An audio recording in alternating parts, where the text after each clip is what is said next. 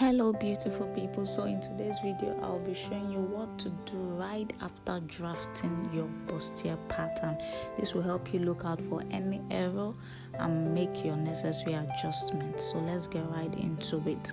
So get your center front pattern and your paper sellotape, please, your paper sellotape. Then place it from top to bottom, then you notch.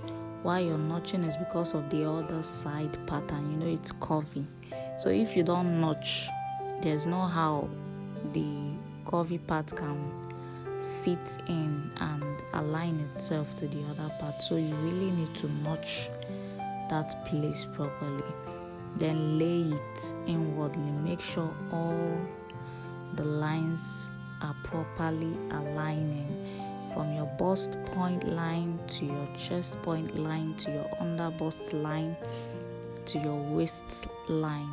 That's your half length. Make sure all the lines are together, and there you have it.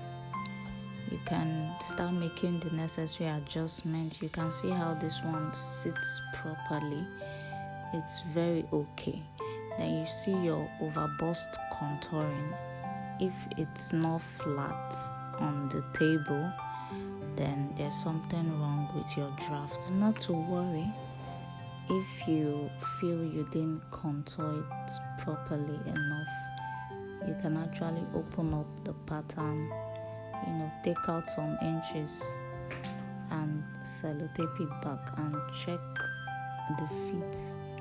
Place it on the table and check it. Make sure it's laying flat on the table. Remember, if it's laying flat on the table, it will definitely lay flat on your client's chest area. That's the chest line. There will be no excesses whatsoever. It's just going to be on point. Hope you learned something new today.